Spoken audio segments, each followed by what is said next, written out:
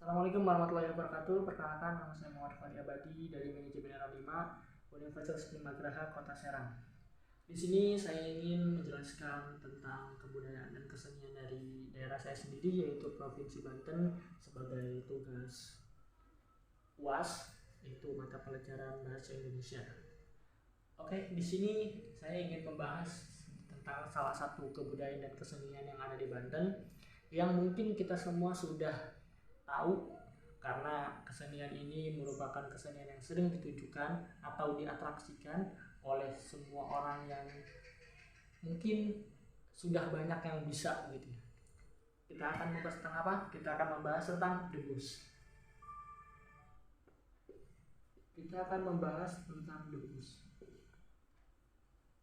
Nah, untuk debus ini sebenarnya sudah banyak tereksplorasi ya. Contohnya di daerah-daerah Jawa, Sumatera, dan timur-timur sana. Serta debus juga sudah diakui oleh UNESCO sebagai warisan tak benda. Untuk sejarah debus ini bermula pada tahun 1500-an. Pada tahun ini dimulai pada pemerintahan Sultan Maulana Hasan bin Banten yang saat itu dibantu oleh salah satu ulama termasyhur saat itu, yaitu Nuruddin Harandiri. Dan para ulama serta Kesultanan Banten ini juga menyiapkan debus untuk menyebarkan agama Islam di Indonesia, khususnya di Banten. Lalu pada tahun 1600-an, pada masa pemerintahan Sultan Ageng Tirtayasa, debus masih dikenal oleh banyak orang. Tetapi karena masa itu sudah banyak yang masuk Islam karena Nuruddin Arandiri ini menyebarkan dengan baik, akhirnya debus sempat menghilang atau sempat tidak terdengar kabarnya. Tetapi pada masa itu Sultan Ageng Tirtayasa mulai mengingat, karena debus merupakan salah satu metode yang digunakan oleh para ulama untuk menyebarkan agama Islam di Banten. Maka dari itu Nuruddin Arandiri dan yang lain serta dibantu oleh Sultan Ageng Tirtayasa melakukan pencarian terhadap orang-orang yang bisa debus, dan mereka mendapatkan tempat yang istimewa untuk membelajarkan anak muda dan generasi selanjutnya. Untuk perkembangannya kita bisa langsung ke era sekarang. Untuk debus sendiri ini tidak bisa dilakukan oleh orang-orang yang biasa. Bahkan orang-orang yang sudah berlatih pun debus tidak bisa kita langsung mempraktekannya, karena debus tidak sama dengan olahraga dan kebudayaan yang lain. Kenapa? Karena debus merupakan olahraga tingkat tinggi yang bisa berbahaya jika kita tidak tahu syarat dan ketentuannya. Untuk debus sendiri ini kita langsung saja ke atraksinya ya. Jika kebudayaan lain itu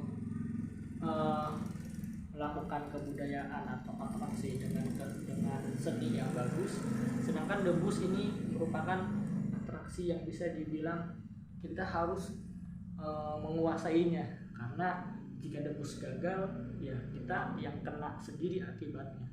Karena debus yang tadi kita bilang, yaitu pengertian debus, yaitu kita melukai diri sendiri dan kita juga melukai orang lain, karena jika itu tidak ada ilmunya atau tidak ada ilmunya juga ya, ilmu yang bagus, kita bisa cedera atau celaka, bahkan orang lain pun bisa celaka. Nah, untuk debus ini sebenarnya atraksinya yang bisa kita lihat itu, contohnya umumnya ya, kita bisa melihat di atraksi-atraksi yang pernah kita lihat, yaitu kita memakan beling atau kita menusuk-menusuk di daerah tubuh. Nah, itu yang biasa ya.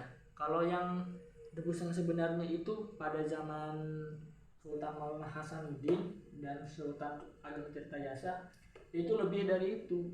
Mereka menggunakan mungkin salah satunya yang terlihat magis, yaitu dengan cara kita mengendalikan api, kita mengendalikan golok dan benda tajam yang lainnya.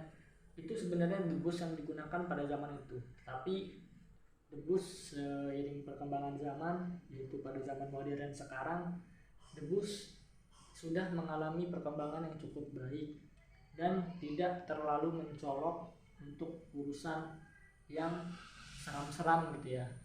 Karena debus juga sekarang bisa dilihat sebagai salah satu olahraga yang tidak terlalu fokus untuk menggorok-gorok atau menusuk-nusuk saja. Debus juga karena dahulunya dikaitkan dengan penyebaran agama Islam, makanya debus sekarang tidak terlalu mencolok karena dikhawatirkan debus ini dipercaya oleh orang-orang yang masih awam sebagai perbantuan dari makhluk goib.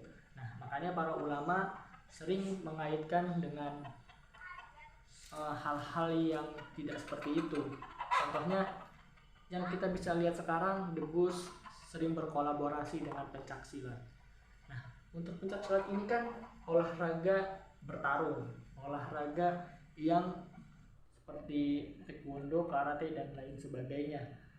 Kan pencaksilat itu bisa dibilang olahraga khas Indonesia.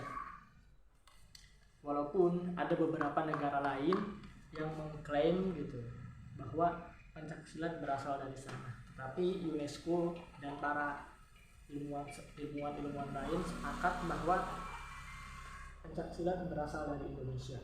Nah, untuk saat ini pencaksilat dan debus memiliki banyak kaitan, yaitu jika ada pertunjukan pencaksilat dan pencaksilat itu memiliki hal-hal lain yang ingin dipertontonkan, maka debus inilah yang menjadi alternatif untuk atraksi tersebut.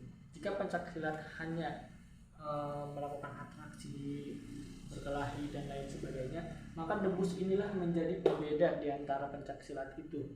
Nah, debus juga sering diidentikan dengan orang-orang yang kebal, padahal mereka mempunyai trik sendiri, yaitu ada beberapa ajian atau bisa dibilang dengan omongan-omongan seperti dalam bahasa Sunda dan yang artinya jangan cederai saya, jangan buat saya terluka, jangan buat darah di bagian tubuh saya. Nah, ini juga bisa yang mungkin orang-orang awam ini bisa salah paham ya. Padahal itu banyak kaitannya dengan ajaran agama Islam. Karena ulama-ulama terdahulu juga sering melakukan debus gitu ya. Makanya sekarang debus bukan hanya kesenian untuk semua umat saja, dan bukan cuma untuk agama Islam saja, melainkan semua umat. Nah, untuk pakaian debus sendiri yang bisa kita lihat tidak jauh berbeda dengan pencaksilat, yaitu dengan menggunakan celana pangsi. Yang paling identik itu celana pangsi ya, lalu topi dan ikat kepala, fungsinya sebagai pembeda gitu ya dari pencaksilat. Walaupun debus sendiri sudah banyak dikenal, tetapi orang yang bisa debus ini bisa dibilang tidak sebanyak pencaksilat, karena debus merupakan olahraga yang butuh pengawasan dan butuh latihan yang cukup, karena tidak sembarangan orang bisa. Nah, lalu debus sendiri terbagi menjadi 3 yang saat ini ya menjadi 3, yaitu debus al-manad. Debus al-manad ini sebenarnya bukan dari Banten, tetapi dari Jawa Timur.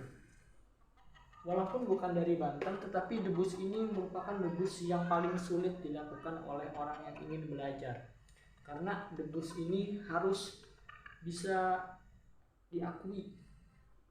Bukan hanya kita bisa makan beling atau kita bisa menggores-goreskan arang atau golok ke badan kita, tetapi perlu latihan khusus tingkat tinggi untuk hal ini. Yang kedua yaitu debus surosowan.